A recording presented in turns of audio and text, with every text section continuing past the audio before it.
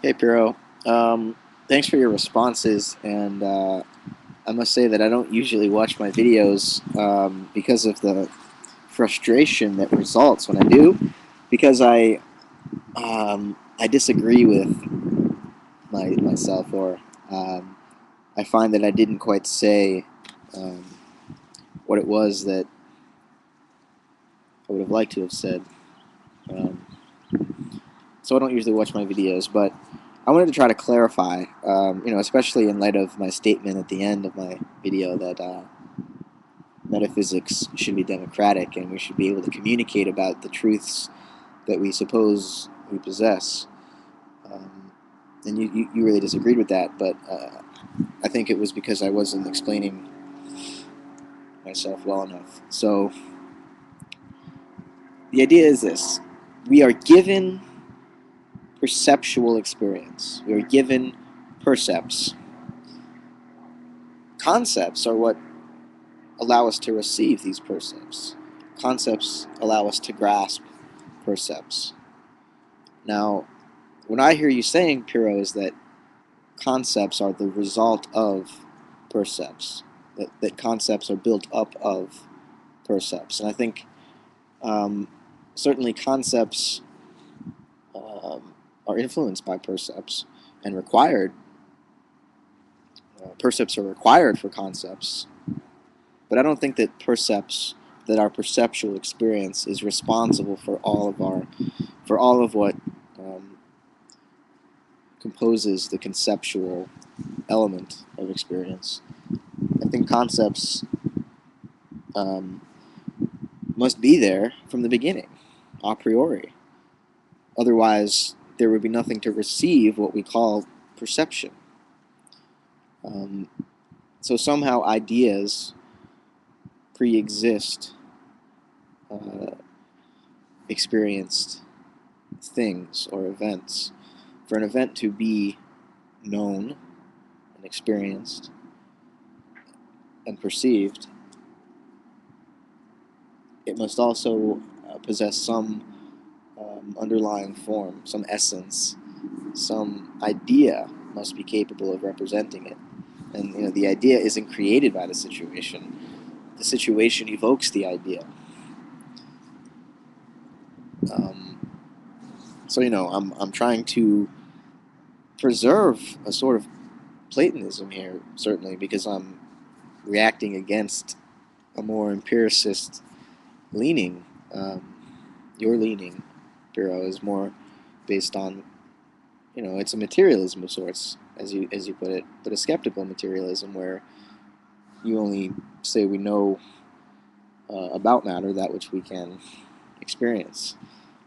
So we can't know necessarily how its causality operates because we don't experience its causality. We experience our own causality, our own experiential, uh, perspectival, perspectival um, experience. We don't know the object, right? We just know our own subjective experience. That seems to be where you're coming from, and I don't disagree with it. I just think that I'm compelled to respond to it by pointing out how um, we need intuition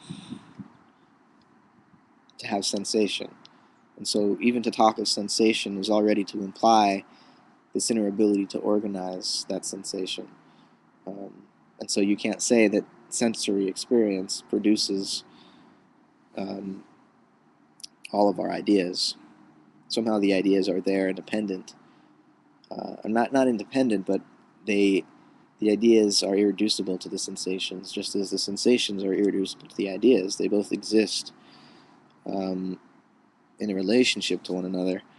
And in terms of the law of identity, um, someone left a comment under one of my videos, which I'm going to find right now, that I think is really important.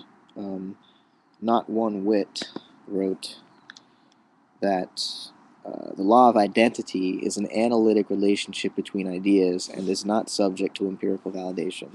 I agree with that. Um, Rather, all empirical validation depends upon this a priori law principle. So, in other words, we have this logical truth, A equals A, and we use that as a foundation for, all sorts of things in empirical science, like induction, perhaps. Um,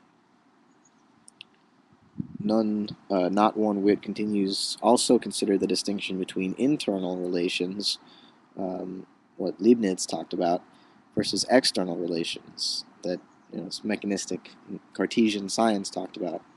For Leibniz, time is contained in the identity of the pencil. So time is its identity, in other words. But in external relations, view would claim that the identity of the pencil is independent of the function of time. So I'm very much in agreement with Leibniz that what we call the thing, an identity, is in time.